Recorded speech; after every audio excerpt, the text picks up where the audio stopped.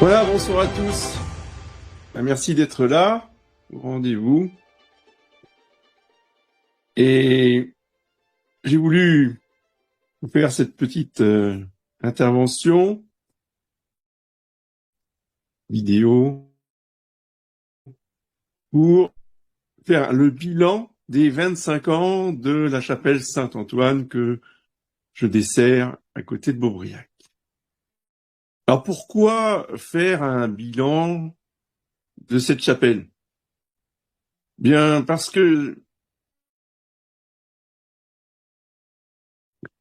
d'abord, pour mes fidèles, ceux qui viennent dans cette chapelle tous les dimanches, qui ne connaissent pas toute l'histoire, qui n'étaient pas là depuis le début, qui, pour certains, sont là depuis très peu de temps, afin qu'ils comprennent mieux le pourquoi de cette existence, pourquoi je suis à Bourbriac et pas ailleurs, pourquoi je suis pas à Nantes, pourquoi je suis pas à Rennes, et pourquoi vous êtes tout seul aussi, ça c'est la grande question qu'on me pose quand c'est pas le plus souvent. Et pourquoi vous n'êtes pas avec les autres prêtres? Mais vous êtes une petite chapelle, il y a peu de monde chez vous. Vous voyez, j'ai tout entendu depuis 25 ans. Et évidemment, au départ, on m'avait prédit euh, la disparition, l'échec total, etc., etc. En plus d'avoir une réputation totalement ruinée, je vais en reparler tout à l'heure. J'ai démarré mon ministère à Bourbriac dans les conditions les pires qui puissent être. Et c'est donc important de voir où j'en suis aujourd'hui par rapport au contexte dans lequel s'est créée cette chapelle Saint-Antoine. Et aussi, personne ne désespère jamais de rien. Vous pouvez être au plus profond de l'abîme, au niveau de la réputation, on n'est jamais mort, et le succès n'est jamais interdit à personne. Vous voyez. Simplement, il faut y croire. Il y a des circonstances, il y a des conditions, il y a des lois à respecter pour le succès, vous voyez, et qui s'appliquent à tout le monde. Il suffit de les appliquer. Il suffit de vouloir les appliquer. D'abord les connaître et ensuite les appliquer. Bien sûr, personne ne l'enseigne. Personne ne me les a enseignées. Je les ai découvertes toutes seules, tout seul. Vous voyez. Si j'avais baissé les bras, si j'avais désespéré, je serais pas là pour vous parler aujourd'hui. Et la chapelle serait fermée. Donc c'est aussi pour ça que je voulais faire ce bilan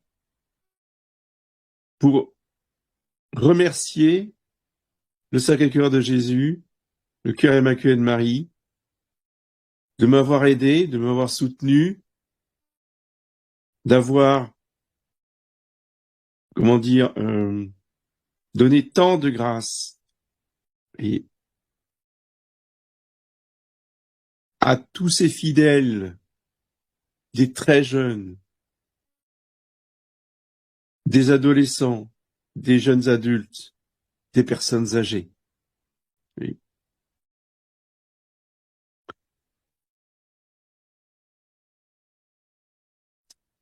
Et pour cela, donc, je vais vous retracer un petit peu l'histoire depuis les origines jusqu'à aujourd'hui. Je vais diviser mon propos en 4 parties. D'abord, première partie, les origines de la chapelle, donc de la création de cette chapelle. Ensuite, les 10 premières années, donc la création en 2000, les 10 premières années, donc en 2010. Troisième partie, les 10 années suivantes, donc de 2010 jusqu'à nos jours, disons les 15 années suivantes. Et enfin, en quatrième partie, je vais énumérer les spécificités doctrinales et spirituelles qui font l'originalité de mon ministère, de mon apostolat, de mes écrits, de mes interventions, de mes exposés. Oui. Qui expliquent l'histoire que je vous aurais racontée auparavant. Le pourquoi je suis tout seul à Bourbriac. Alors d'abord, les origines de la chapelle Saint-Antoine. Ces origines, donc, je vous ai dit, remontent à l'an 2000. Donc, au début de l'an 2000, je suis prêtre dans la fraternité sacerdotale Saint-Pédis au prieuré Sainte-Anne à Lanvalet, à côté de Dinan.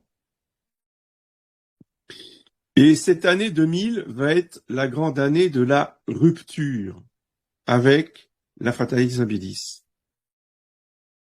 Cela fait déjà 6 ans que je suis prêtre. J'ai été ordonné en 1994 par Monseigneur Tissier de Malray. En 2000, c'est toujours Wojtyla, dit Jean-Paul II, qui préside à la secte conciliaire noachide et qui organise un pseudo-jubilé, un faux jubilé de la rédemption. Donc je rappelle, qu'est-ce qu'un jubilé? C'est une indulgence plénière accordée aux fidèles qui respecteront les règles édictées par le pape et le Vatican pour obtenir cette indulgence. Alors, la première manière, la plus universelle et la plus traditionnelle, le pèlerinage des 7 basiliques à Rome, 7 basiliques majeures. En passant par la porte du Jubilé, il y a une porte qu'il faut absolument franchir, vous voyez, qui est fermée pendant 25 ans et qui, au moment du Jubilé, à chaque Jubilé, est démurée, si vous voulez, parce qu'elle est murée avec des parpaings. Donc on la démure, on l'ouvre, on casse les parpaings et on ouvre la porte et tous les pèlerins doivent passer par cette porte. Et le premier pèlerin qui passe par cette porte est normalement, en temps normal, le pape qui va ouvrir chaque porte des 7 basiliques et passer par la porte en premier. Les fidèles ensuite vont passer après lui pour obtenir l'indulgence plénière du jubilé. Bon, ça c'est le pèlerinage officiel à Rome, jubilé. Maintenant, le pape peut accorder aussi une indulgence plénière aux fidèles qui vont réciter certaines prières dans l'église cathédrale des diocèses, par exemple. Mais c'était le cas en 2000. Et donc, j'ai été prié par mon prieur, mon supérieur, mon N+1, d'emmener tous mes fidèles de la chapelle de Saint-Brieuc dont je m'occupais à la cathédrale de Saint-Brieuc pour prier le chapelet avec monsieur le curé en demandant la permission, s'il vous plaît, à monsieur le curé de la cathédrale de Saint-Brieuc pour obtenir l'indulgence du pape Jean-Paul II. Bon, et là, j'ai refusé. Donc, j'ai dit que pour qu'il y ait un jubilé, il fallait qu'il y ait un pape. Donc, comme il n'y avait pas de pape, il n'était pas question que j'aille demander à un prêtre de la secte conciliaire et quelque autorisation que ce soit. Donc, je ne bougerai pas. Et dans la minute qui a suivi, a été enclenché par mon N+1 un processus d'exclusion. Ce processus d'exclusion, si vous voulez, a abouti à un certain moment donné, après des échanges avec le N+2, qui était le supérieur de district, un rendez-vous pour parler, vous entendez? Pour parler, pour discuter avec le N+3, qui était le supérieur général, Monseigneur Felet. Quand on vous invite à parler avec le supérieur,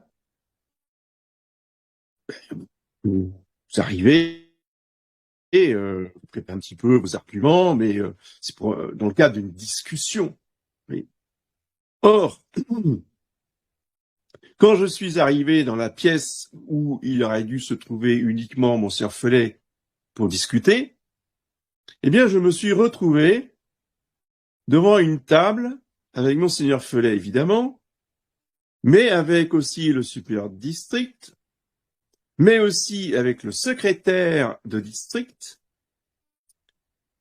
et qui notait tout ce que nous disions. Et en fait, j'ai très vite compris que j'étais devant un tribunal improvisé, type révolutionnaire, vous voyez, un tribunal totalement illégal, absolument pas préparé dans le cadre du droit canon. Je n'avais pas été prévenu, je n'avais monté de dossier, je n'avais pas d'avocat, mais j'étais l'accusé. Ce tribunal m'a accusé pendant 3 heures, où j'ai dû répondre à chacune des accusations personnelles de mon N+3. Et à la fin, voyant qu'il n'arrivait pas à me faire plier, Monseigneur Felet me propose un deal. J'ai dit bien un deal. C'est un deal de voyous, un deal de gangster, si vous voulez. Donc il me proposait de rester dans la fraternité, Saint-Pie-X, en tant que prêtre. Je pourrais avoir un ministère, je serais nommé dans les prieurés. Mais la condition pour cela, c'est qu'il fallait que je me taise à tout jamais sur la question du pape.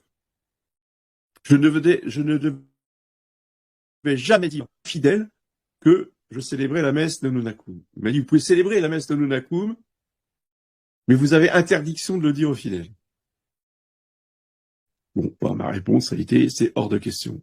C'est-à-dire que, Monseigneur, en gros, vous me proposez de mentir pour pouvoir continuer à exercer mon ministère sacerdotal dans votre fraternité. C'est hors de question. Je dis, vous ne me ferez jamais taire. Et cette réponse à mon supérieur général explique tous les 25 ans qui ont suivi. Parce que ce n'est pas simplement à Monseigneur Felet que je dis ça. C'est à tous les évêques, à tous les prêtres, qu'ils soient Unakum ou qu'ils soient non Unakum, qu'ils soient de la thèse de Cassisiacum ou qu'ils ne soient pas de la thèse de Cassisiacum. Vous ne me ferez jamais taire. Et je ne sais pas combien Dieu me prête vie, mais je peux vous assurer que dans les années qui viennent, cela continuera. Je ne me tairai jamais. On peut me critiquer, on peut, comme c'est le cas aujourd'hui, m'interdire toutes les chapelles non Nunnakum. Je n'ai le droit de mettre les pieds dans aucune chapelle non Nunnakum. C'est pour ça que je reste chez moi à Beaubriac. On ne me fera jamais taire. Donc, avis à mes fidèles de la chapelle Saint-Antoine qui voudraient que je me taise sur certains sujets, qu'ils sachent que je ne me tairai jamais. J'ai tout sacrifié. J'ai sacrifié toute ma vie, tout mon ministère sacerdotal pour qu'on ne me ferme pas la bouche. Donc aucun prêtre, aucun évêque, aucun fidèle ne me fera jamais taire. Que les choses soient bien nettes entre nous.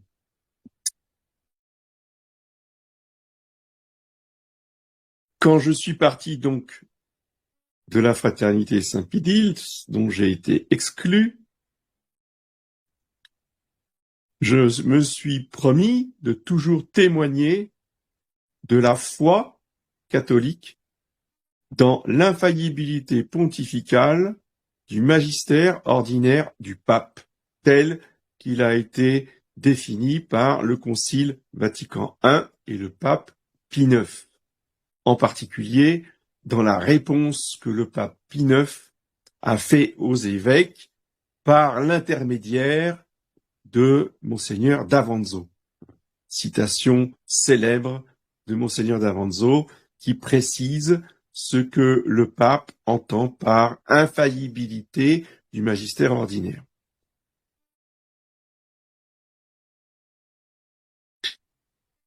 À l'époque, quand je ne lisais plus déjà depuis plusieurs mois le nom de Jean-Paul II dans le canon de la messe, ni le nom de l'évêque de Saint-Brieuc, je célébrais la messe selon le rite de 1962, parce que c'était le rite officiel de la fraternité Saint-Pidis. Une fois que j'ai quitté la fraternité Saint-Pidis, eh bien, j'ai adopté les rubriques du missel de 1953. Donc, missel dit de Saint-Pidis. Il a fallu que je quitte la fraternité Saint-Pidis pour pouvoir enfin célébrer la liturgie de Saint-Pidis, puisque la fraternité Saint-Pidis célèbre la liturgie de Jean 23.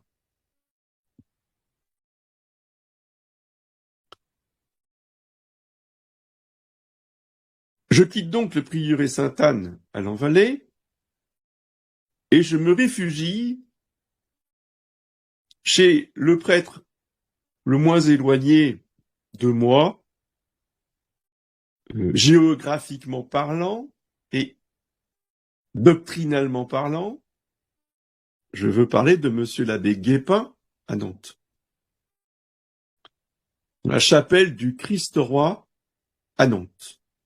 Chapelle dans laquelle j'arrive en même temps que la sœur Marie-Cécile, et à l'époque mère Marie-Cécile, supérieure donc du couvent des franciscaines de Trondheim, les petites sœurs de Saint-François de Trondheim qui dépend donc de la congrégation du Trévoux et qui a quitté sa congrégation pour rejoindre monsieur l'abbé Guépin avec moi et une autre sœur. Donc nous étions 3 arrivant en mars 2000 à la chapelle du Christ-Roi à Nantes. Et monsieur l'abbé Guépin va me confier la chapelle Saint-Maurice à Montauban de Bretagne, où à l'époque il n'y avait aucune sœur, c'était une chapelle qui n'était pas desservie sur place. Donc monsieur l'abbé Guépin venait de Nantes et il m'a demandé de la desservir régulièrement le dimanche. Ce que j'ai fait. Au 24 décembre de la même année 2000. Et là, que va-t-il se passer chez monsieur l'abbé Guépin, à la chapelle du Christ-Roi à Nantes? Eh bien, il va y avoir de nouveau un conflit, mais non pas sur la question de la faillibilité du pape, puisque nous étions bien d'accord sur cette question-là, mais sur la question du magnétisme. Et je suis rentré en conflit frontal avec 2 magnétiseurs, monsieur et madame Boucard, dont le monsieur était directeur de l'école de la Providence, qui était l'école à Saint-Sébastien-sur-Loire de monsieur l'abbé Guépin. Sa femme, Madame Boucard, magnétiseuse professionnelle, avait ouvert un cabinet de consultation où elle magnétisait ses patients dans l'école de la Providence. Donc il y avait une séparation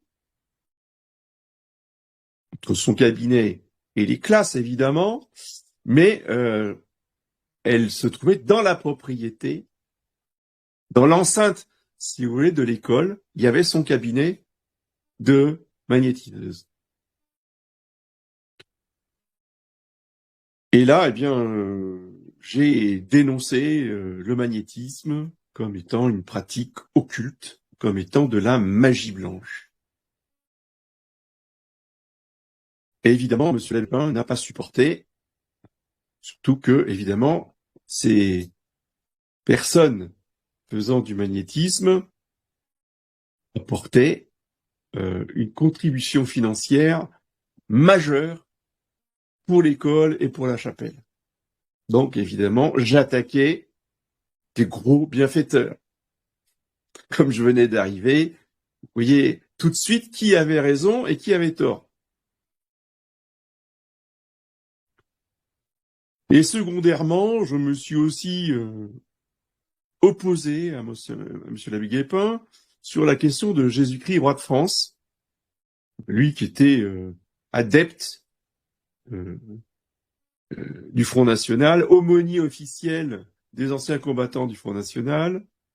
Et je me suis aussi opposé à lui sur la question du vote, de toutes ces questions, si vous voulez, politiques annexes, mais qui avaient son importance et sur lesquelles je n'ai pas voulu non plus faire de compromis. Donc tout ça est arrivé, si vous voulez, à un point de rupture. Le 24 décembre 2000, la veille de Noël, où Monsieur l'abbé Guépin est arrivé, donc c'était un dimanche, le dimanche 24 décembre, je confessais les fidèles au fond de la chapelle avant la messe, comme je faisais tous les dimanches avant la messe. Et avant même que j'ai terminé les confessions, avant même que l'heure de la messe ne sonne, c'est-à-dire en avance, Monsieur l'abbé Guépin a revêtu les ornements sacerdotaux, il est monté à l'autel à place, sans l'avertir, je n'étais pas au courant qu'il était là. Et il a commencé tout de suite la messe par un sermon, ce qui ne se fait jamais. Mais en l'occasion, il a commencé tout de suite à faire une homélie pour m'attaquer nommément, personnellement, en disant aux fidèles que j'étais renvoyé et en expliquant tout un tas de griefs qu'il avait contre moi, bien sûr, se gardant bien d'expliquer le fond du problème par rapport au magnétisme et au couple Boucard, évidemment. J'ai donc été jeté à la rue comme un chien, en public, devant tout le monde, de manière violente. Ça aurait très bien pu se passer dans un bureau. Il aurait très bien pu me dire, monsieur l'abbé, nous sommes obligés de nous séparer, nous ne pouvons pas nous entendre, nous ne sommes pas d'accord, voilà. Je vous donne 2, 3, 4, 5, 6, 8 jours, une semaine, vous faites vos cartons et vous partez. Non. Là, c'était même pas ça. C'était vous partez tout de suite, mais au lieu de me le dire à moi en face, comme on fait entre hommes, eh bien, il n'a même pas eu le courage de m'affronter. Oui. Il a voulu prendre à témoin les fidèles de sa décision.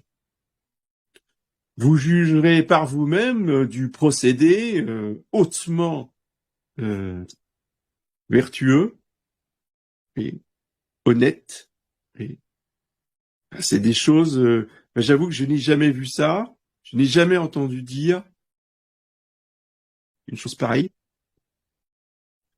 chez les prêtres, sauf effectivement le supérieur de Monsieur l'abbé Guépin, qui lui avait fait la même chose, de la même façon. En fait, il a reproduit sur moi ce que son supérieur lui avait fait quand il était jeune prêtre à Bordeaux. Son supérieur, alors c'était pas son supérieur direct, c'était plus que ça, c'était Monseigneur Lefebvre lui-même, qui était venu d'Écône pour lui interdire, ainsi qu'à l'abbé Belmont, de célébrer la messe un dimanche matin et de les renvoyer en faisant une homélie pour les dénoncer aux fidèles publiquement. Voilà.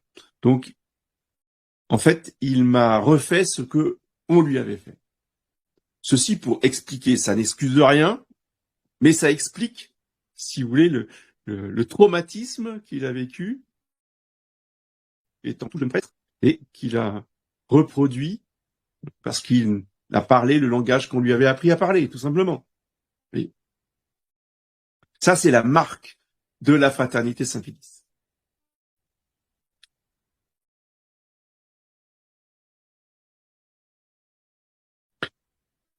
Me retrouvant donc à la rue, sans rien, eh bien, une famille m'a accueilli dans leur maison et il se trouvait qu'ils avaient construit une chapelle en l'honneur de saint Antoine de Padoue sur leur propriété. Donc ils m'ont dit, monsieur l'abbé, venez, au moins vous aurez une chapelle pour dire la messe. Et cette chapelle, c'était la chapelle Saint-Antoine, chapelle que je dessert toujours maintenant et qui aujourd'hui m'appartient, dont je suis le propriétaire. Voilà pour les origines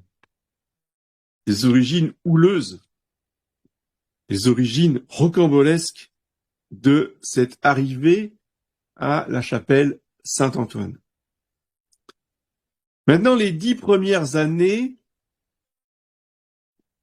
je vais les survoler rapidement, furent des années évidemment très difficiles. Ce fut une véritable traversée du désert, une épreuve, un chemin de croix pour la famille, un chemin de croix pour moi, un chemin de croix pour les sœurs. Ce fut en même temps des années de grâce, des années de bénédiction. Et les deux vont ensemble.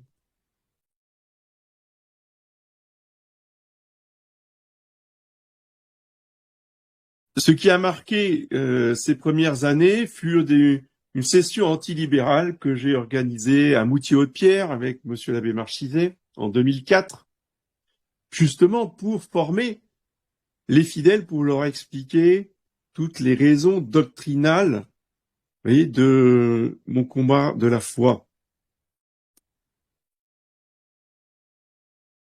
Et avec cette session, pendant toutes ces années, eh bien, j'ai écrit des articles dans mon bulletin qui s'appelait La Tour de David. Des articles de fond, des articles de formation que vous pouvez retrouver sur Telegram. J'ai mis tous les numéros que j'ai publiés dans le groupe sur La Tour de David, qui est le titre de mon bulletin. Cela nous a amené jusqu'en 2007, où au mois d'août 2007, j'ai eu un très grave accident de voiture qui aurait dû me coûter la vie, au dire de mon chirurgien. Je n'aurais jamais dû être vivant et encore moins être aussi bien conservé, malgré 2 jambes brisées, puisque le moteur de ma voiture est rentré dans mes jambes. Je suis rentré dans un arbre, donc avec le choc, le moteur m'est rentré dans les jambes et je suis resté 6 mois à l'hôpital pour de la rééducation fonctionnelle.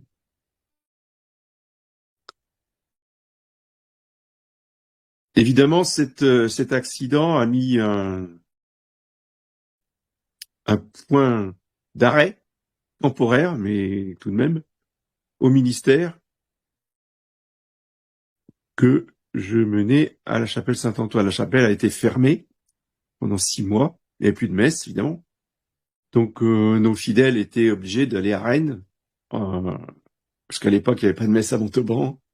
Il fallait aller jusqu'à Rennes en voiture pour avoir la messe, c'est-à-dire plus de 100 kilomètres. Et pour certains, c'était 150, 170 kilomètres.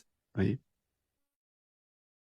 Donc pour dire que quand je dis que c'était un chemin de croix, y compris pour les fidèles, vous voyez, c'est un chemin de croix. Et moi, je souffrais sur mon lit d'hôpital, mais les fidèles aussi souffraient pour aller à la messe. Et tout cela nous a apporté beaucoup de grâce, et je ne peux qu'en remercier le Sacré-Cœur de cette épreuve providentielle. À partir de 2010, j'ai commencé à aller mieux, j'ai commencé à remarcher avec des béquilles, mais je marchais quand même beaucoup mieux,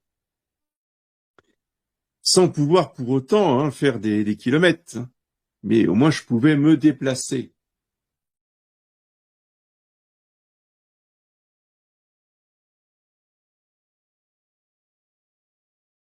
Donc, ces années après 2010, il y a eu le lancement du premier pèlerinage du Trobrez, avec ensuite, pendant l'année, l'association des Amis de Saint-Joseph. Alors, le pèlerinage du Trobrez, si vous voulez, c'était le tour de la Bretagne.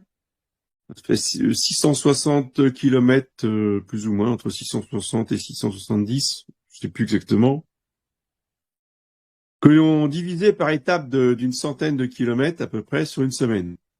Donc, chaque année, on faisait un tronçon d'une centaine de kilomètres. Et la première année, eh bien, on a commencé avec une vingtaine de jeunes pour la première étape. Et ensuite, nous faisions un week-end tous les mois de formation au Golédic, où ils venaient régulièrement pour des conférences, où on faisait aussi des veillées, veillées de prière, etc., veillées de chant. Enfin, c'était à la fois sympathique et à la fois euh, formateur. Oui. Et de cette association des Amis de Saint-Joseph et de ces pèlerinages chaque année, chaque été au Trobrez, eh bien, sont sortis un certain nombre de familles très solides. Ces jeunes se sont mariés, ont eu de enfants, de nombreux enfants, dont on ne peut être que fier aujourd'hui de voir ces belles familles de, de parents sérieux, de parents qui font bien leur devoir d'État, qui sont exemplaires, ce sont pas des saints, c'est pas parfait, mais ils sont exemplaires en tout cas, et aussi de vocation religieuse et sacerdotale. Et nous avons compté à peu près une, deux, trois, quatre religieuses, des jeunes filles qui venaient à nos week-ends. Alors, je ne parle pas des deux sœurs franciscaines qui étaient déjà là au départ. Je parle des jeunes filles qui sont rentrées au couvent suite à leur formation aux Amis de Saint-Joseph. Voilà, donc il y avait sœur Marie-Raphaël, qui est à Cerner-Paul aujourd'hui, sœur Marie-Odile, sœur Marie-Gabrielle, qui sont toutes les trois à Cerner-Paul, et sœur Pauline, qui est chez les sœurs de la sagesse à Montauban. Chez les frères de l'œuvre de l'Étoile, évidemment, il y a un frère Vincent, qui est entré en premier, ensuite frère Rémy, Olympie, et frère Maëlic, les trois frères qui ont participé à nos week-ends de formation, à nos pèlerinages. Et enfin, une vocation totale, dont je ne suis pas un peu fier, qui est édifiante, c'est Monsieur l'abbé Duterte, Monsieur l'abbé Damien Duterte, qui a suivi tous nos week-ends depuis la fondation, depuis quasiment l'ouverture de ces week-ends des Amis de Saint-Joseph. Il était là avec ses frères.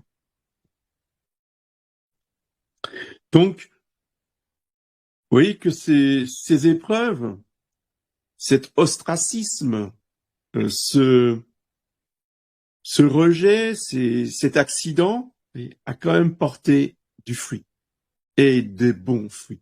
Et comme dit le Seigneur dans l'Évangile, hein, nous jugeons l'arbre à ses fruits.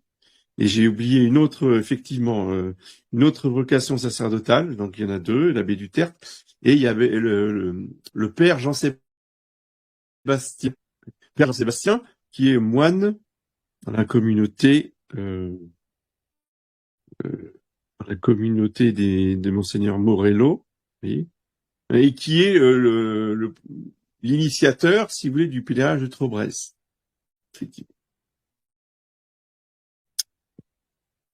Donc c'est quand même pas mal.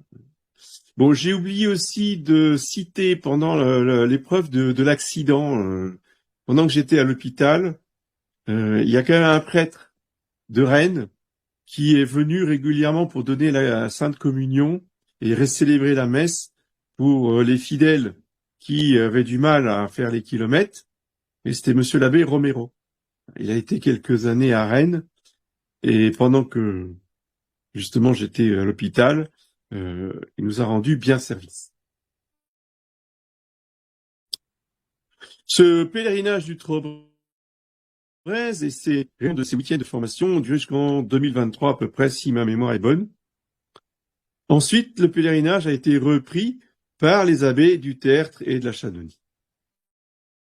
Parce que, bon, moi, avec le temps et l'âge venant, j'ai de plus en plus de mal à assurer, évidemment, ce pèlerinage que je faisais en voiture. Mais quand même, c'était beaucoup de fatigue. Et je suis très content, très heureux de leur avoir transmis ce pèlerinage. Et eux, avec leur jeunesse, eh bien, ils peuvent beaucoup mieux s'en occuper et marcher avec les pèlerins.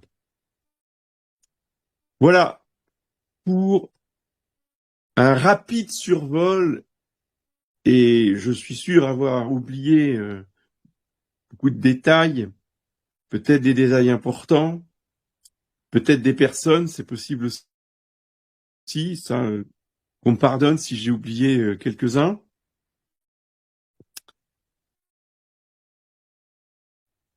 Mais c'est au niveau factuel, c'est un peu l'histoire de la chapelle. Maintenant, je voudrais vous exposer les raisons spirituelles, les raisons doctrinales, si vous voulez. Au-delà des événements, au-delà des faits, eh bien, ce qui fait la spécificité de la chapelle Saint-Antoine. Et cela est important évidemment pour tout le monde, mais surtout pour mes fidèles, afin qu'ils me comprennent, afin qu'ils me connaissent mieux. Parce que, malheureusement, je crains qu'il y ait des malentendus avec certains qui se font des idées. Et ils se font des idées sur moi.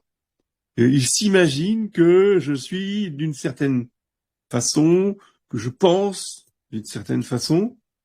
Et là, ils se trompent complètement. Donc, vous allez lever ce soir toute ambiguïté, tout angle mort, voyez, par rapport à ce que je pense, par rapport à ce que je suis, par rapport à ce que je défends, et par rapport à comment je le défends, et comment je le gère. Et parce que le comment est très important.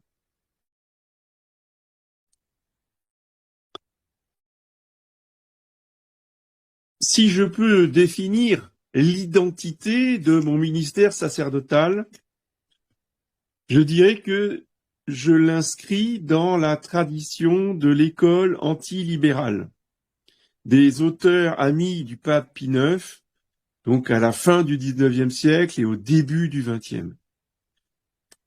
Je les ai découverts malheureusement tardivement, mais une fois que j'ai découvert les auteurs, j'ai compris qu'ils étaient pour moi la lumière de tout mon ministère, que je voulais vraiment mettre tout mon enseignement à faire connaître leurs principes,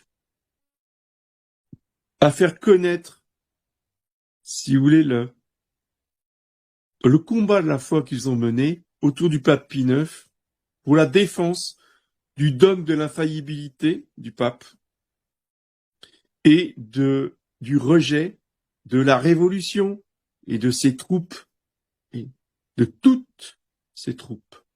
Pas seulement de la franc-maçonnerie, mais aussi de la synagogue.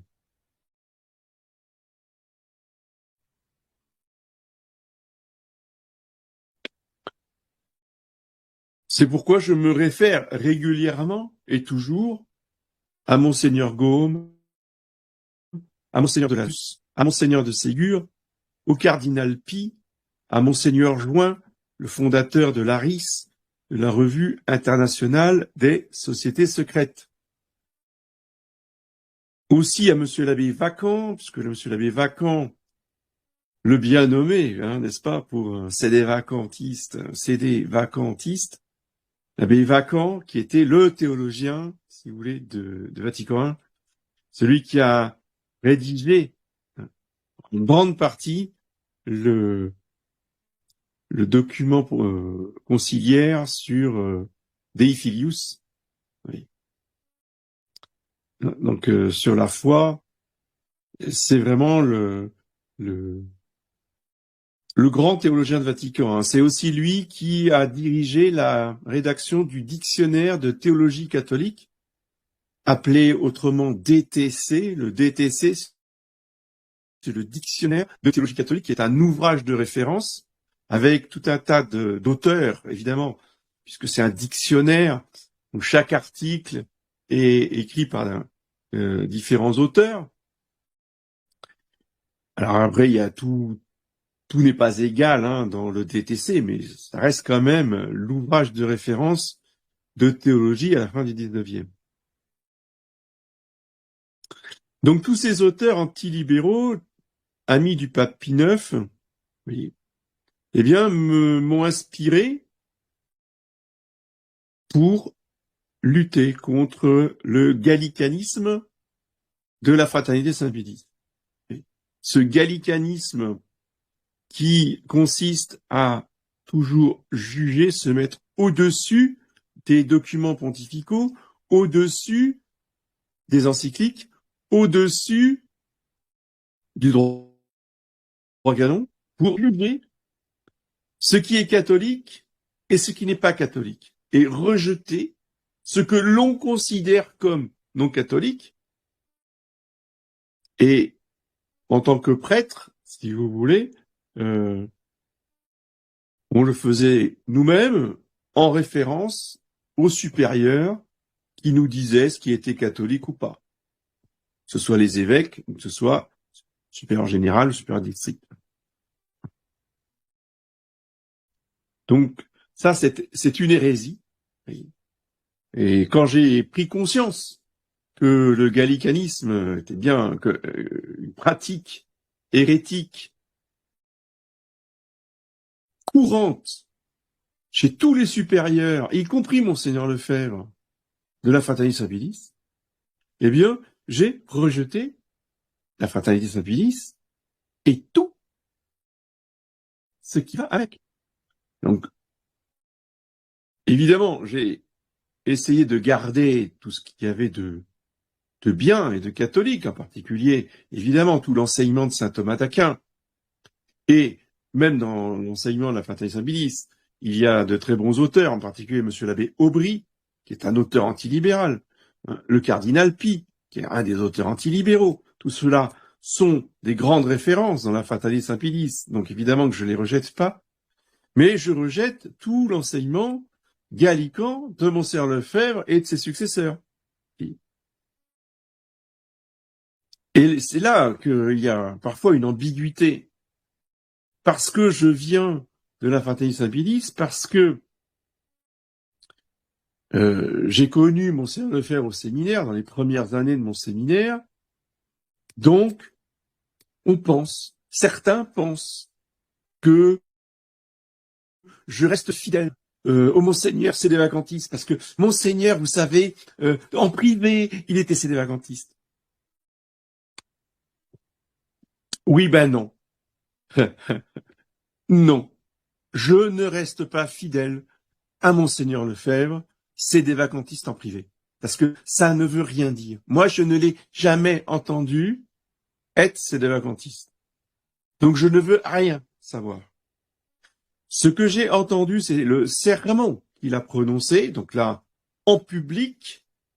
Ça a été enregistré, ça a été publié dans le Fidélitaire en 1986 de son sermon de Pâques, où il a posé la question: un jour, peut-être, nous serons obligés de déclarer que le pape Jean-Paul II n'est pas le pape. C'est la seule phrase qu'il ait prononcée toute sa vie de manière officielle et publique. Tout le reste.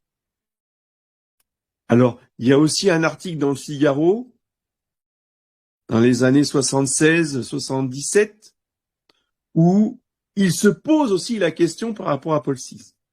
Et c'est une question, hein, c'est pas une affirmation.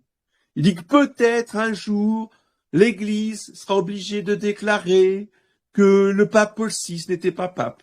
Bon, d'accord. Et il l'est ou il l'est pas? Ah ben ça, on peut pas savoir. Bon, d'accord. Et pour moi, tout cela, ce n'est pas le combat de la foi. C'est le doute. C'est le combat du doute. Oui. Monseigneur Lefebvre entretenait le doute dans une attitude pratique gallicane. Donc je tourne la page. Oui. Et on n'en parle plus, la fraternité Saint-Pédis. C'est terminé. C'est le passé. J'essaye d'en tirer le meilleur pour moi, mais je ne suis pas fidèle au bon Monseigneur Lefebvre. Vous voyez, comme le sont les prêtres de la fidélité qui ont suivi Monseigneur Williamson, par exemple. Les prêtres de Monseigneur Williamson et des évêques de la fidélité. Pourquoi la fidélité? La fidélité à qui? À Jésus-Christ? Non. À l'Église? Non. Plaisantez. Non. Fidélité à Monseigneur Lefebvre. Vous voyez? Bien sûr. Ça, c'est pas moi. Oui. Moi, je n'ai aucune fidélité envers Monseigneur Lefebvre. Parce que je ne peux pas me réclamer, je ne peux pas m'affilier à un gallican. C'est tout. Autre point qui est spécifique à mon ministère de la chapelle Saint-Antoine, c'est le combat contre la magie, la sorcellerie, le magnétisme et toutes sortes de magie blanche.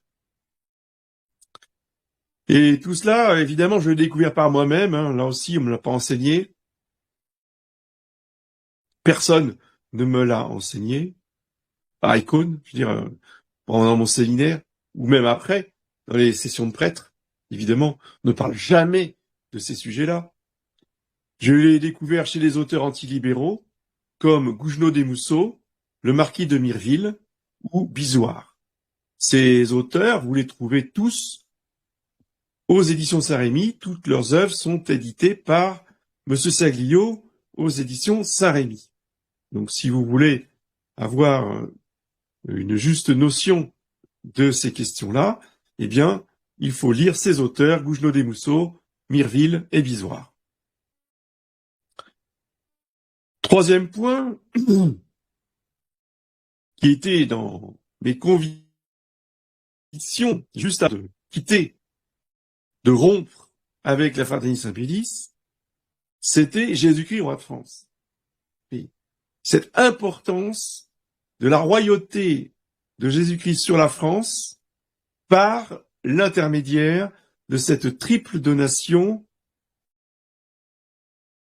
par les mains de Sainte Jeanne d'Arc, qui ne venait que consacrer de manière juridique, notariale, si vous voulez, eh bien, cette consécration de la France par le baptême de Clovis et son sacre via la Sainte Ampoule envoyée du ciel par le Saint-Esprit qui tenait la Sainte Ampoule dans le bec d'une colombe.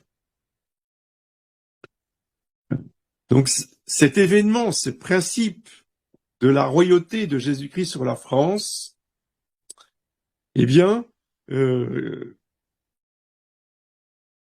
a des conséquences que j'ai découvertes d'une manière pratique grâce à Monsieur Louis Bérémy, qui est décédé aujourd'hui, il y a quelques années, mais dont les travaux m'ont beaucoup éclairé sur toute la fausse résistance, la fausse opposition contrôlée de ce qu'on a appelé le traditionnalisme. Oui. Ça a commencé avec Maurras et l'Action française, qui a étouffé par la conspiration du silence tous les travaux des prêtres antilibéraux, en particulier Monseigneur de Lassus, pour mettre en avant, si vous voulez, une philosophie païenne, naturaliste, avec l'Action française. L'autre conséquence, c'est le rejet aussi, qui est le produit de l'AF, après la guerre, la cité catholique de M. Jean Housset et Jean Madiran. Jean Madiran, qui a été, juste avant la guerre, en 1939, le secrétaire de Charles Maurras. Oui, la continuité. L'AF, la cité catholique, avec donc itinéraire pour Madiran et Jean Housset pour l'organisation de la cité catholique. Et ces deux personnes vont créer une fausse opposition au modernisme. Et ce sont eux qui vont être à l'origine de toutes les chapelles Saint-Pie V dans les années 70. Le mouvement traditionnaliste vient à la source de Madiran et de Jean Housset. Et cela a des conséquences, bien sûr, encore aujourd'hui, jusqu'à aujourd'hui dans nos chapelles. Et je rejette, évidemment, et la source et les conséquences jusqu'à aujourd'hui. Ce qui me met en conflit frontal avec un certain nombre de personnes.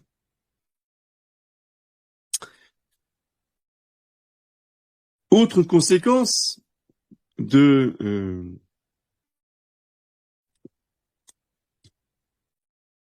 ce principe de Jésus-Christ, roi de France, évidemment, c'est le positionnement de la plupart des catholiques, y compris de Monseigneur Lefebvre, qui a soutenu en 1984, en première plage de présent, donc je parle toujours de Monsieur Madiran, le directeur et fondateur du journal Présent, soutien inconditionnel au Front National et à Jean-Marie Le Pen. Oui. Là encore, qui a des conséquences jusqu'à aujourd'hui. Oui. Rivarol avec Monsieur Bourbon se veut l'héritier et l'admirateur de Jean-Marie Le Pen, contre sa fille évidemment.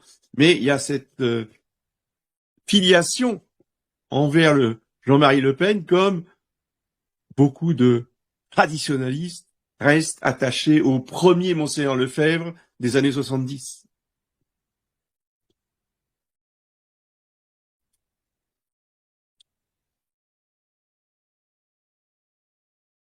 Quatrième point, qui est, si vous voulez, un aspect essentiel et importantissime de mon combat et de mon ministère, c'est la gnose.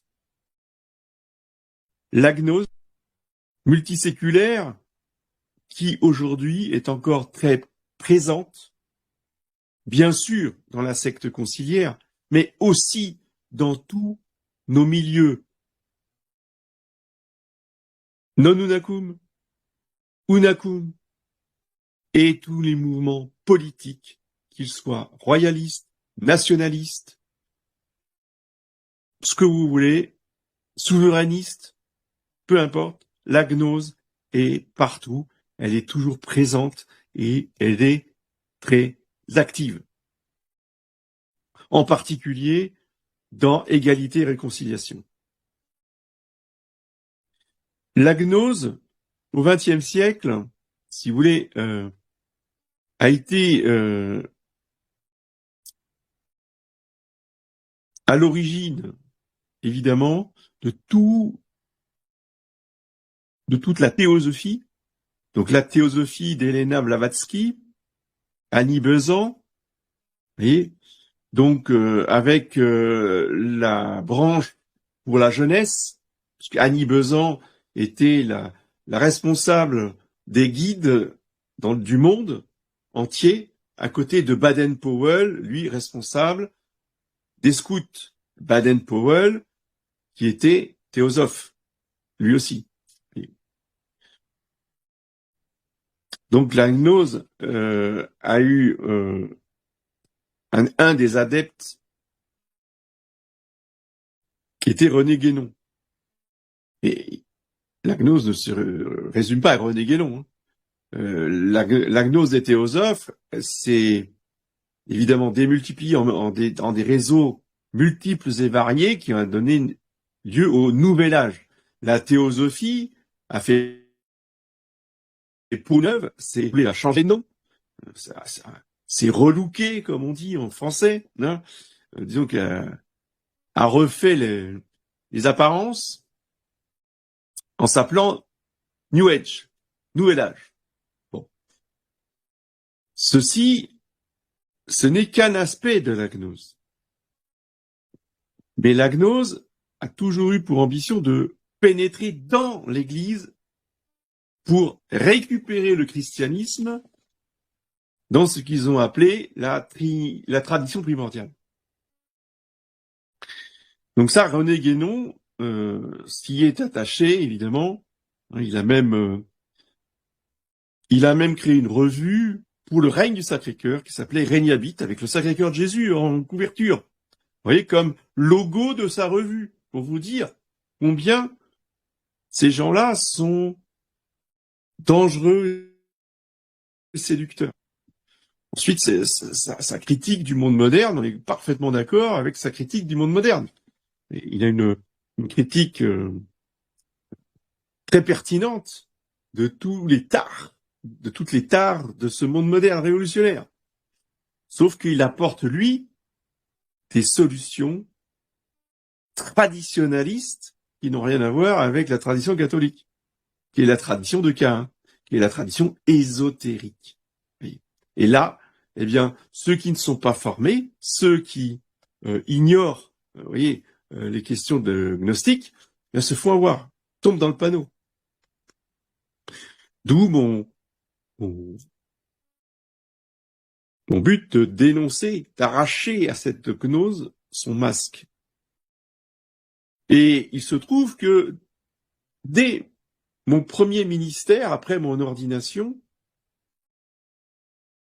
j'ai été confronté concrètement à cette gnose à travers, si vous voulez, une secte qui avait fondé un des disciples de Guénon, qui s'en était séparé, qui s'appelait Fritjof Schuon, qui était un Suisse allemand, qui vivait aux États-Unis, et qui avait créé une secte qu'il appelait une tarika à Lausanne, en Suisse, donc, dans le canton de Vaud. Donc, dans cette secte, eh bien, tout le monde était habillé en sioux. Il vivait dans des tipis pendant un week-end. Et des gens très bien, hein, très corrects, hein, des professeurs de l'université de Lausanne, un professeur de l'école polytechnique, le sous-directeur du grand collège, du grand lycée catholique de Lausanne, etc., etc., dont une partie venait dans la chapelle de la fraternité à Lausanne. D'accord? Mais ça ne les empêchait pas. Donc le dimanche, ils venaient à la messe Saint-Pie V de la fraternité, et certains autres dimanches, ils se retrouvaient habillés en sioux, à fumer le calumet de la paix, avec des tipis, un feu de bois. Et dans ces sioux là en question, eh bien, vous aviez donc nos traditionalistes de la fraternité Saint-Pédis, vous aviez des protestants vaudois, vous aviez des musulmans soufis, et toutes ces adeptes, vous voyez, communiaient ensemble dans la tradition primordiale, ésotérique. Et évidemment, moi j'ai découvert ça première année de sacerdoce, et ça mûrit, ça apprend la vie concrète, ça apprend le combat concret. Que la gnose, c'est pas juste dans les livres, c'est pas juste pour des intellectuels, c'est des choses qui existent concrètement. Et en plus, donc on a découvert tout cela qui était ultra secret. Et il y a un des membres de la chapelle qui s'est converti. Et à partir du moment où il s'est converti, si vous voulez, il nous a apporté les correspondances, les photos et le nom des gens et des adeptes. Et il nous a dénoncé les réseaux. Parce qu'il y avait des réseaux de la secte de Lausanne, hein, jusqu'en Bretagne et un peu partout dans les chapelles de la tradition. Ils n'étaient pas les seuls. Voilà. Donc, ceci pour vous expliquer pourquoi la gnose est un de mes sujets de prédilection que je dénonce régulièrement. Et à l'époque, déjà, donc, il y avait des métastases dans toute la fraternité Saint-Pédis, dans les radios courtoisie, et toujours maintenant, hein. La télé Liberté, les gnostiques sont toujours là, hein. Et dans les prêtres, vous aviez des prêtres qui étaient très proches de ces réseaux gnostiques, en particulier l'abbé Cellier, qu'on a dénoncé beaucoup à l'époque, hein, il y a plus de 20 ans de ça, même plus que ça, il y a 30 ans de ça, qui aujourd'hui fait partie du cercle des hommes en noir. Si vous ne savez pas, vous ne connaissez pas, eh bien, c'est un ramassis d'ecclésiastiques libéraux de toute tendance, fraternité Saint-Pédis, fraternité Saint-Pierre, même des prêtres qui sont dans les diocèses, hein. Je pense à l'abbé Guadfucci, qui est un ancien décône et qui a rejoint donc le diocèse de Saint-Germain, etc., etc. Voilà. Et contre cette gnose, eh bien, je me réfère à des auteurs de référence qui ont beaucoup étudié ces questions-là, en particulier Jean Vaquier, qui est le maître en la matière, Étienne Couvert, qui est plus comment dire, vulgarisateur, voilà, chercher le mot. Donc, c'est moins référencé, mais il explique les choses de manière pédagogique. C'est bien pour des jeunes de commencer par Étienne Couvert pour comprendre un petit peu de quoi il s'agit. Puis après, on va étudier avec Jean Vaquier ou aussi avec Alain Pascal. Alain Pascal a fait de très bons livres, très ressourcés, très référencés, très universitaires sur la question de la gnose. Et un autre auteur aussi que je recommande vivement, de très grande qualité, qui est monsieur Christian Lagrave, hein, qui a fait beaucoup d'articles dans Lecture française, Lecture et tradition, et qui a rédigé 2 ouvrages édités par le Sel de la Terre, que je recommande vivement aussi, pour comprendre un petit peu de quoi il retourne.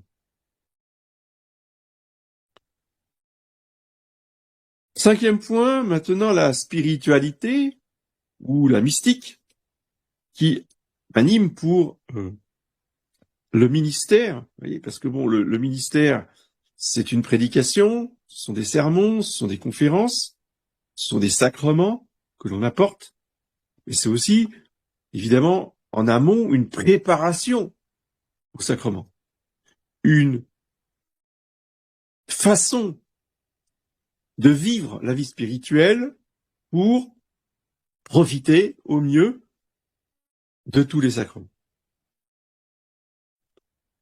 Donc cette spiritualité est la spiritualité de combat de Saint Michel Archange et de l'Église par le sacrement de confirmation qui, je le rappelle sans arrêt, nous fait soldats de Jésus-Christ.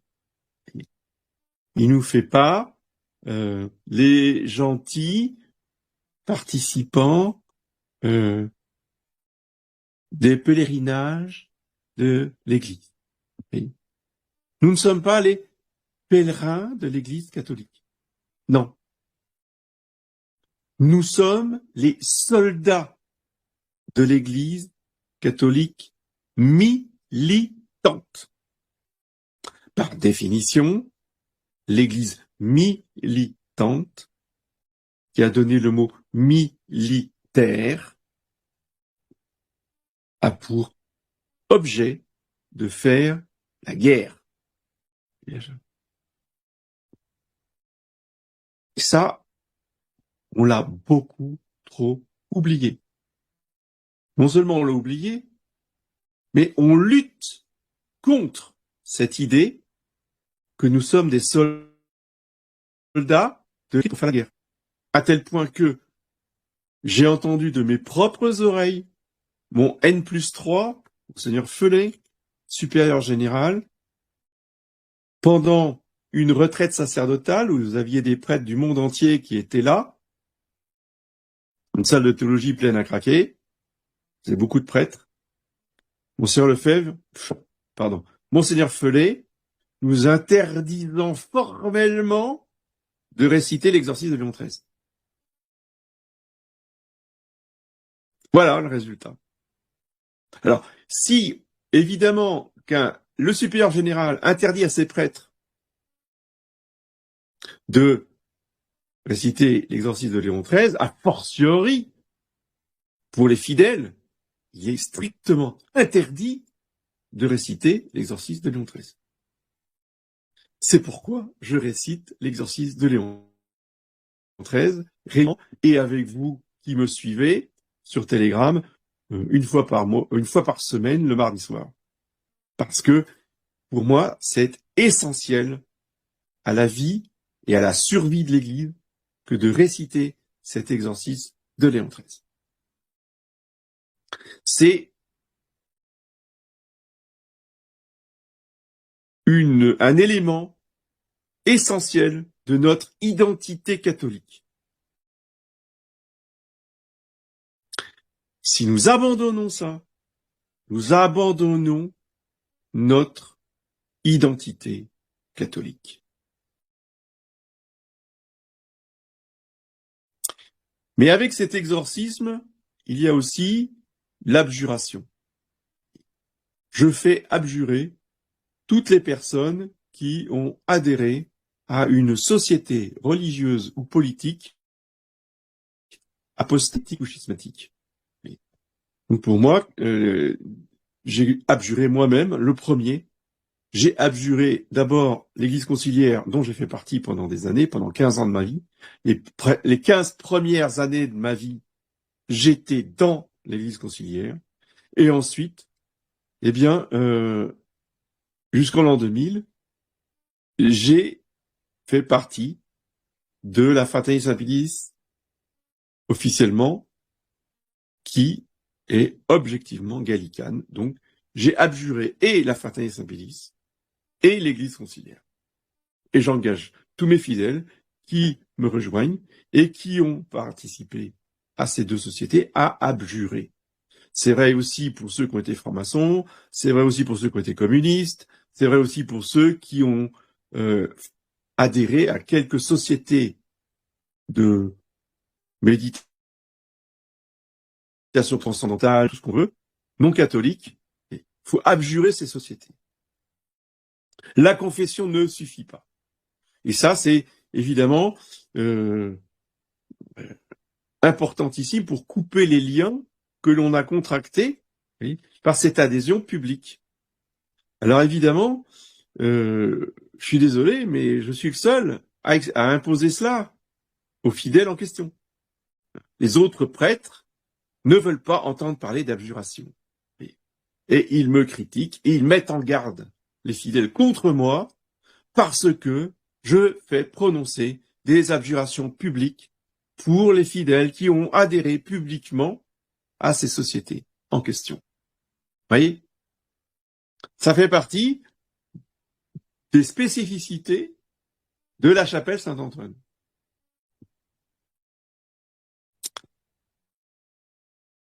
Toujours dans l'ordre de la spiritualité, donc je vous ai expliqué que je m'inscrivais dans la tradition de l'école antilibérale du pape Pie IX et de ses amis, mais je m'empresse de lever une ambiguïté, surtout auprès de mes fidèles. Oui. Car certains, je pense, n'ont pas vraiment compris quel antilibéral j'étais. Comme je viens de la fraternité Saint-Pédis, et que je me dis être antilibéral. Donc pour eux, vous êtes comme tous les antilibéraux qui viennent des cônes. Donc vous êtes comme l'Institut Mater Boni Concilii, qui sont aussi des antilibéraux. Vous êtes comme Monseigneur Sandborn, qui est un antilibéral. Non, pas du tout. Et voilà.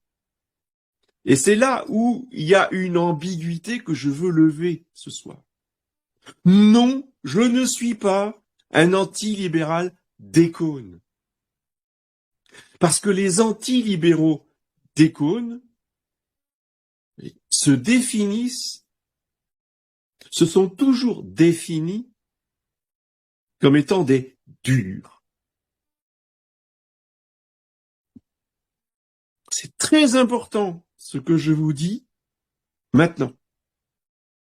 Et il faut vraiment que vous compreniez que je ne suis pas un dur. Je n'exagère pas, je ne déforme pas la pensée des prêtres en question. Monsieur l'abbé Sekada, je l'ai entendu moi-même dans une de ses vidéos, parlant de ses premières années à Écône et disant fièrement que eux, ils étaient les dieux.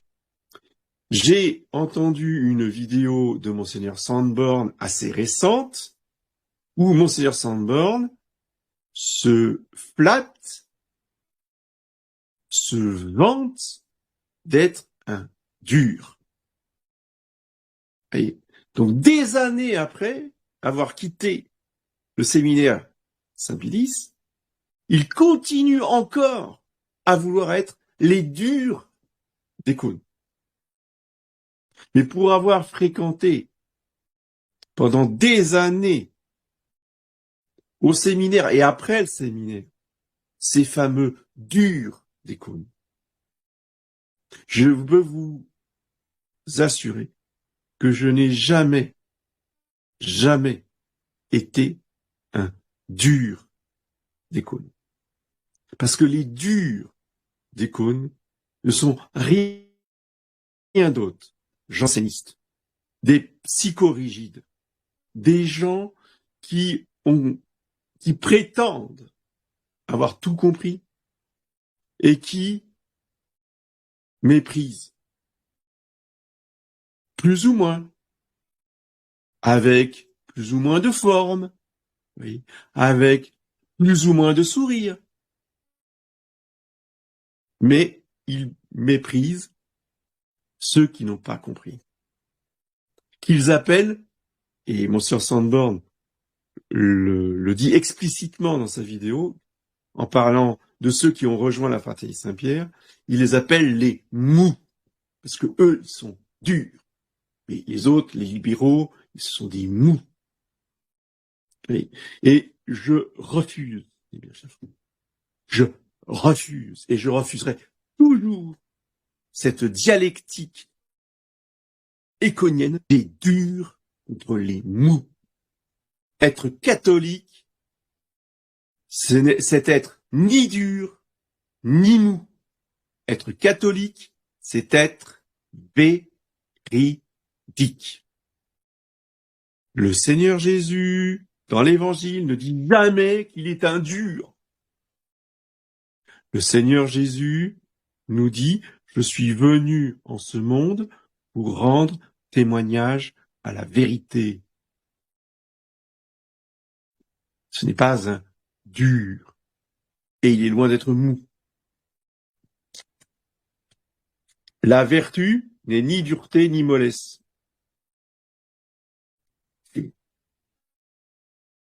Ça, c'est l'héritage, pour les Français, c'est l'héritage du jansénisme du XVIIe siècle qui a pénétré dans les familles catholiques, et au niveau de la mentalité pratique. Bien sûr que les familles ont rejeté le jansénisme parce que Rome l'avait condamné.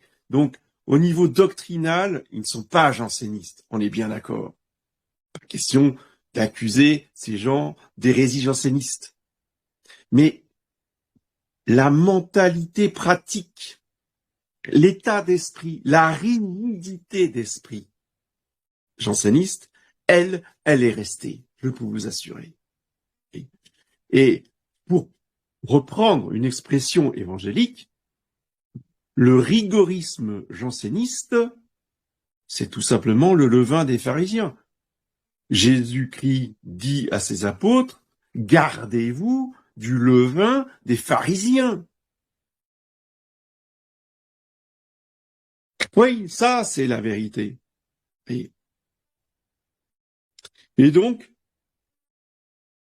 antilibéral, oui, ça veut dire amoureux de la vérité, avec la haine de l'erreur. Ça, être antilibéral. Ça ne veut pas dire être dur.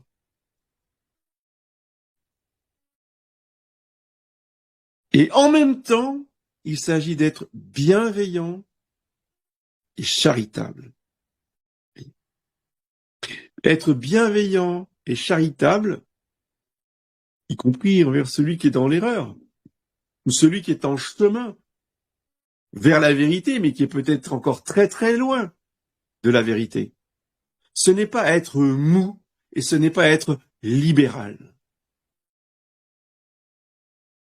C'est juste avoir l'esprit apostolique. Et cet esprit apostolique et cet esprit de charité, on va le puiser où? Dans le Sacré-Cœur de Jésus, uni, et le mot est important, uni au cœur immaculé de Marie. Parélmonial, uni à Fatima. Les premiers vendredis du mois, unis au premier samedi du mois. Oui. Les deux mystiques, les deux spiritualités, les deux dévotions unies ensemble. Voilà la spiritualité de la chapelle Saint-Antoine.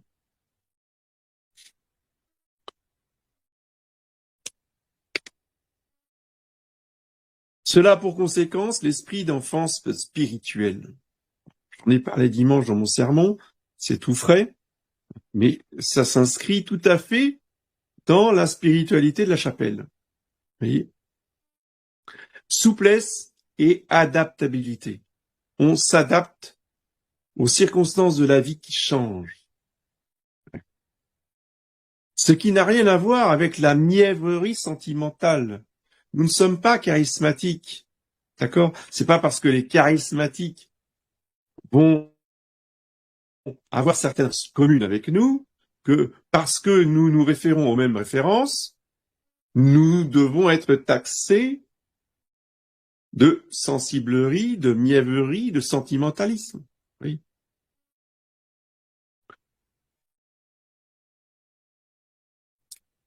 Il faut savoir qui on est. Il faut savoir quelle est notre dévotion, pourquoi nous avons cette dévotion, et savoir la défendre contre les détracteurs.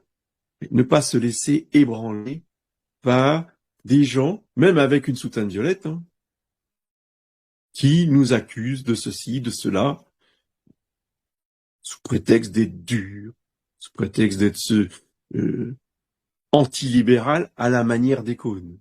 Oui. Cette souplesse et cette adaptabilité, cet esprit d'enfance spirituelle va nous permettre d'avoir une pensée constructive, une pensée positive. C'est-à-dire que nous allons mettre toujours en avant, en priorité, le vrai, le beau. Ce qui ne veut pas dire, encore une fois, être ignorant du mal. Je vous ai parlé de la magie, de la sorcellerie. Je vous ai parlé de la gnose. Donc, il s'agit bien d'être conscient et lucide et de mener le combat contre l'erreur et contre le mal. Mais ce combat contre l'erreur et contre le mal doit toujours rester secondaire. Ce qui est premier, prioritaire, et qui doit être l'absolu de nos vies, ce n'est pas le mal, ce n'est pas la sorcellerie, ce n'est pas la gnose. Ce qui doit être notre priorité, l'essentiel de notre spiritualité, c'est la vérité, c'est la construction, l'édification de nos âmes, de l'âme de notre prochain, oui, et des bonnes œuvres de miséricorde. Car nous serons jugés sur nos bonnes œuvres de miséricorde et non pas sur notre connaissance de la gnose, de la sorcellerie ou de la franc-maçonnerie. On est bien d'accord.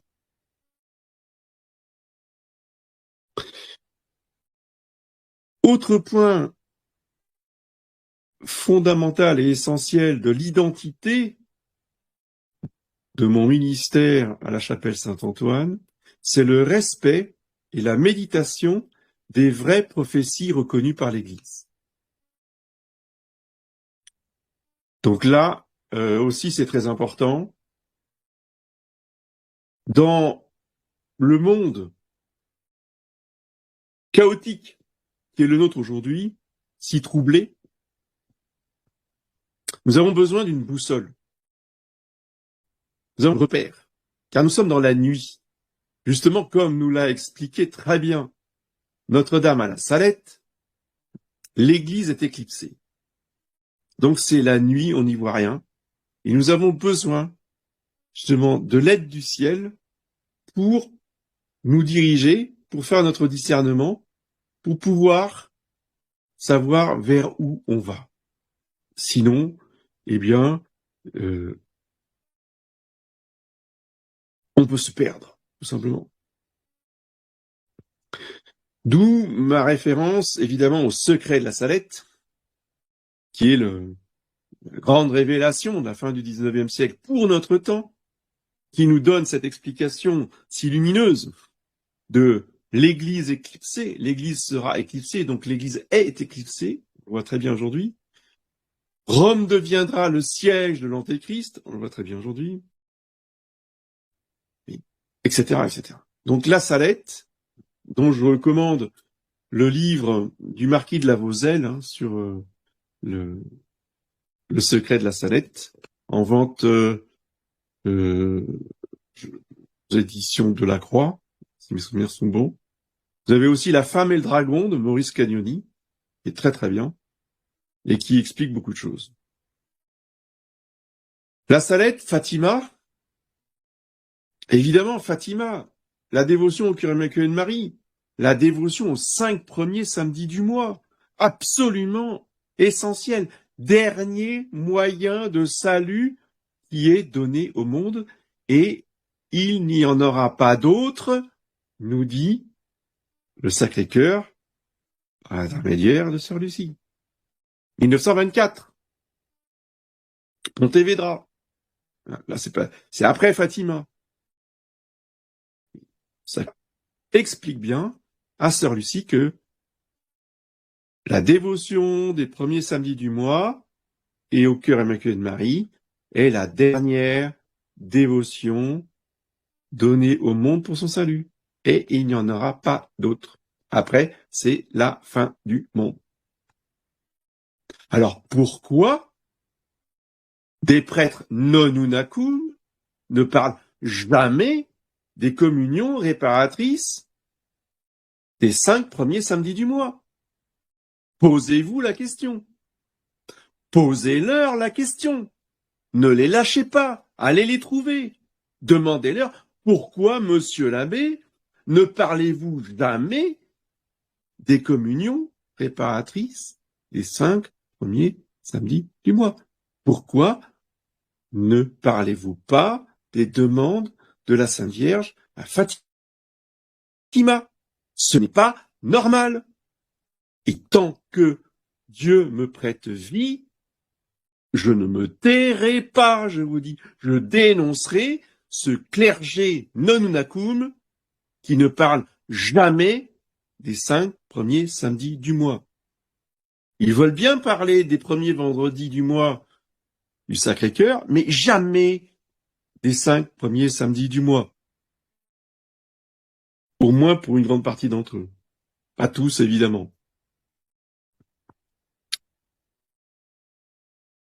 Je me réfère aussi au vénérable Holzhauser, qui a fait un commentaire de l'Apocalypse, des premiers chapitres, pas tous les chapitres.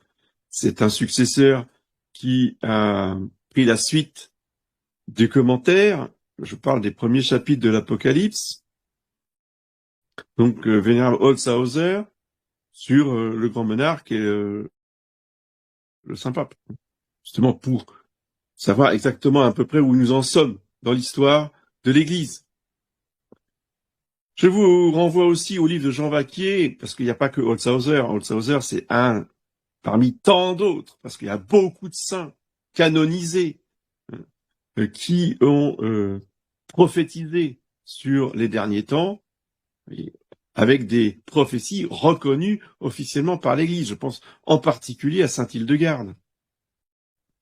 Donc tout cela a été recueilli et résumé dans un livre qui s'appelle Bénédiction et malédiction de Jean Vaquier. Livre qu'il faut absolument que vous lisiez tous. Tout est dans Bénédiction et malédiction. Extraordinaire ce livre. Vous avez un autre livre, alors là qui est beaucoup plus volumineux et qui, mais qui existe en PDF sur la bibliothèque liberius.net, bibliothèque Saint-Libert, de l'abbé Curic, qui s'appelle Voix prophétique, qui est un recueil de toutes les prophéties et qui existent à propos justement de cette fin des temps, et qui est édité en livre aux éditions Saint-Rémy. Et enfin, dernier point sur lequel je veux terminer, évidemment le plus important par rapport à la mystique, par rapport à la spiritualité, c'est le règne du Sacré-Cœur de Jésus qui nous a annoncé, à pareil monial, je régnerai malgré Satan, malgré mes ennemis. Donc, malgré Satan, malgré l'enfer, et malgré mes ennemis, malgré les Lubavitch, malgré la synagogue, malgré la franc-maçonnerie, malgré les mondialistes, malgré les satanistes, malgré tous ces gens-là, oui, je sais, il y a les Lubavitch, d'accord, vont faire les ouvrages de Pierre Hillard. Mais tout cela n'empêchera pas le règne du Sacré-Cœur de Jésus, qui est plus puissant que tous les Lubavitch du monde. Je ne le répéterai jamais assez. Et je ne peux que déplorer ces gens qui sont fascinés par le mal, qui sont fascinés par les Lubavitch. Vous voyez ? À les lire, à les écouter, on croirait que ces gens-là sont tout puissants et que tout est fichu parce que tout est verrouillé. Ben non. Oui, enfin, tout est peut-être verrouillé, mais Jésus-Christ est celui qui passe à travers les portes du Cénacle. Vous voyez, ce ne sont pas des verrous qui vont arrêter le roi des rois et le seigneur des seigneurs. Est-ce qu'on y croit ou est-ce qu'on n'y croit pas? Nous, ici, à la chapelle Saint-Antoine, on y croit. Et on doit y croire. Et je tiens à ce que tous les fidèles de ma chapelle connaissent ce message du règne du Sacré-Cœur de Jésus, malgré Satan et malgré ses ennemis. Et une des conséquences, enfin deux conséquences importantes de cette dévotion et de cette croyance dans le règne du Sacré-Cœur de Jésus, c'est d'une part la reconstruction de l'Église et de la société. Donc pour ça, il faut reconstruire à partir de la base de la société, qui est évidemment mon objectif premier et ma priorité aujourd'hui, la reconstruction des familles. Il faut reconstruire des familles catholiques. Pour cela, il faut guérir les racines de ces arbres généalogiques, donc réparer les péchés des ancêtres qui sont en enfer. C'est toute la doctrine de la réparation, de la guérison des arbres généalogiques par les saintes plaies et le précieux sang, par les messes, en réparation des péchés de nos ancêtres. Et ensuite, ce qui va avec, alors, à quel moment, Dieu seul le sait, ça c'est le secret du Sacré-Cœur, mais ce qui va avec la reconstruction et la résurrection de l'Église et de la société chrétienne, c'est la conversion d'Israël. Oui. Prophétisée par l'apôtre Saint Paul dans son épître aux Romains, chapitre 11. Donc c'est une vérité de foi que tout Israël reviendra dans l'Église, mais à la fin de l'histoire de l'Église. Évidemment, ça va avec le règne du Sacré-Cœur. Et saint Paul nous dit, ce sera comme la première résurrection. Oui, comme une première résurrection, avant la résurrection générale. Voilà, j'en ai terminé pour l'exposé de ce qui fait l'identité de cette chapelle depuis 25 ans. J'espère que vous en avez appris un peu plus, que vous avez une pensée plus précise sur qui je suis, sur ce que je fais, sur ma doctrine, ma spiritualité et ma mystique. Et vous comprendrez peut-être un peu mieux pourquoi, eh bien, je suis ostracisé parce que le actuel, eh bien, est en opposition totale avec l'un ou l'autre ou plusieurs points de ce que je vous ai exposé ce soir. Nous allons aborder deux autres points par rapport donc, à ces 25 ans de la chapelle Saint-Antoine. D'abord, pourquoi ce nom, ce patronage de chapelle Saint-Antoine de Padoue? On peut très bien choisir un autre saint, mais ce saint-là est non seulement très populaire, mais c'est pas uniquement pour la question de la popularité de Saint-Antoine que nous l'avons choisi. Nous l'avons choisi parce que Saint-Antoine est très efficace, d'où sa réputation d'ailleurs, pour nous faire retrouver toutes les choses que nous avons perdues. Alors, j'ai l'habitude, la référence classique de Saint Antoine, c'est de le prier lorsqu'on a perdu ses clés, lorsqu'on a perdu son portefeuille, ce genre de choses. Ce qui est très bien, et d'ailleurs, il nous les retrouve très gentiment, très charitablement. C'est un saint qui s'occupe même de nos petites affaires. Mais ce n'est pas pour ça que nous l'avons choisi au Golédic, nous l'avons choisi parce que nous avons perdu tellement de trésors spirituels et surnaturels que Saint Antoine nous les fera retrouver, nous en sommes absolument certains.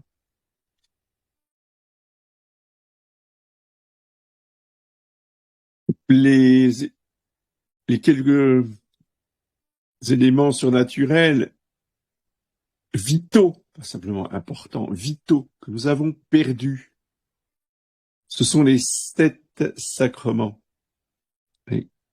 Et c'est Saint Antoine qui nous l'a fait réaliser, découvrir dans les années, à fin des années 90, lorsqu'on a compris que la messe dite de Paul VI était invalide, mais qu'il y avait beaucoup plus grave que ça. Donc déjà ça a été une démarche, une conversion, parce que nous pensions avec Monseigneur Lefebvre que la messe Paul VI était valide. On a découvert que déjà ce n'était pas valide, mais beaucoup plus grave, dont Monseigneur Lefebvre nous a jamais parlé, c'est l'invalidité des sacres épiscopaux.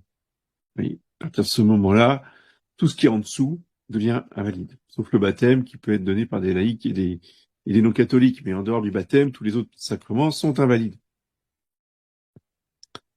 Donc,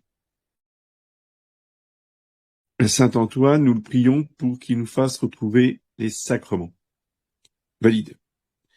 Ensuite, évidemment, nous avons perdu le pape, ayant pris conscience que nous n'avions plus de pape depuis Pie XII. Eh bien, nous avons prié Saint Antoine et nous prions toujours Saint Antoine tous les jours pour qu'il nous redonne un pape, des évêques, des diocèses, une hiérarchie. Nous avons perdu toute la hiérarchie catholique. Oui. Donc, c'est un drame. Nos évêques ne sont pas la hiérarchie catholique. Et nos évêques sont évêques, mais ils n'ont pas la juridiction sur un territoire venant du pape. De cela dont nous avons besoin pour une église gouvernée. Nous avons aussi perdu le roi légitime. Et, le roi catholique, sacré à Reims avec la Sainte Ampoule. Là, ça fait très longtemps que nous l'avons perdu. Et il nous faut le retrouver aussi. Et j'ai bien dit roi légitime. Pas des guignols qui veulent faire une monarchie constitutionnelle sans sacre à Reims, instituée par l'Assemblée nationale de la République française, parce que c'est le projet de Bourbon-Parme, par exemple. Ces guignols-là, on n'en veut pas.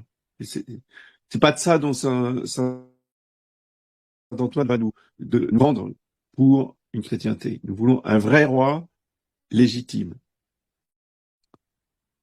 défenseur de l'Église catholique, le vrai roi du Sacré-Cœur de Jésus. Ça, et c'est pour ça, il nous faut le demander.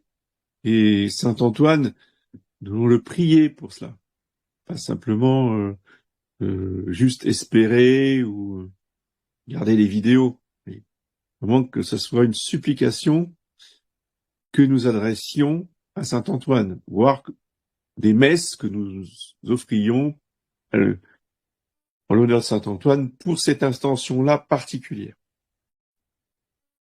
Nous avons aussi perdu les corps intermédiaires, tous les corps intermédiaires depuis 1789. Tous les corps intermédiaires ont été interdits en France, puisque la République une et indivisible ne reconnaît les individus, absolument pas les corporations ou les corps intermédiaires ou les communautés. Donc ces corps intermédiaires, nous demandons à Saint Antoine de nous les reconstituer, de nous redonner cet esprit des corporations anciennes. De même, nos écoles, nous avons perdu les écoles, nous sommes obligés d'en créer par nous-mêmes. Donc il nous faut retrouver toutes ces écoles et Saint Antoine est le saint qui va nous aider à refaire des écoles. C'est évident. Et enfin, dernière chose, dernière réalité précieuse que nous avons perdue sont les familles. Et nous avons perdu toutes nos familles. Et même ceux qui croient encore avoir leur famille,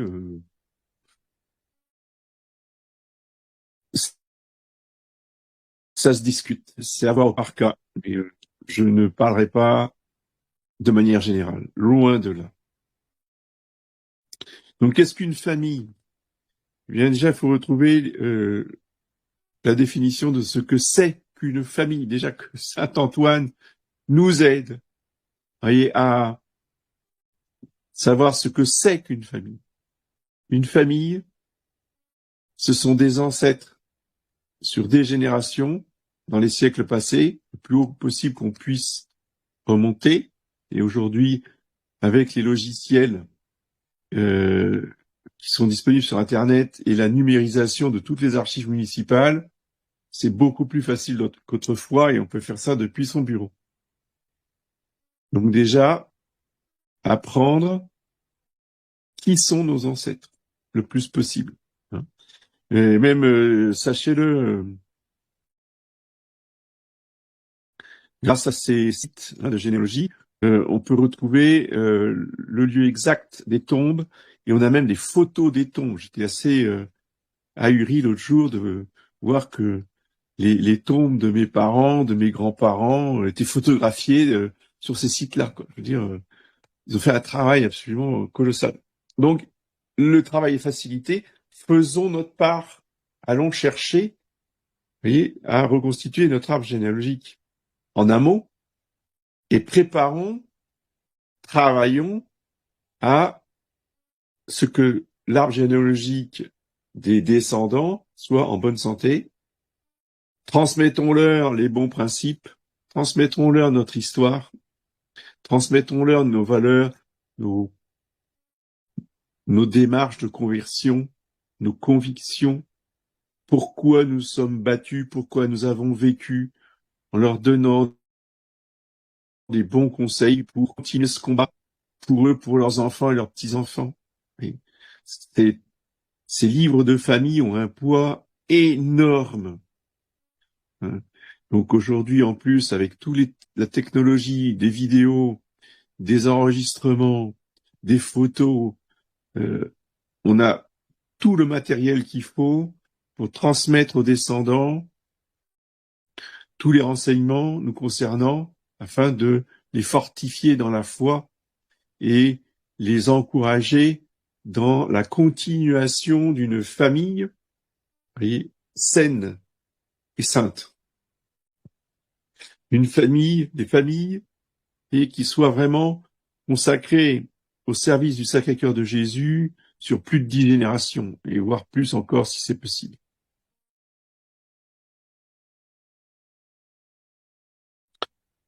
Voilà pour Saint-Antoine de Padoue.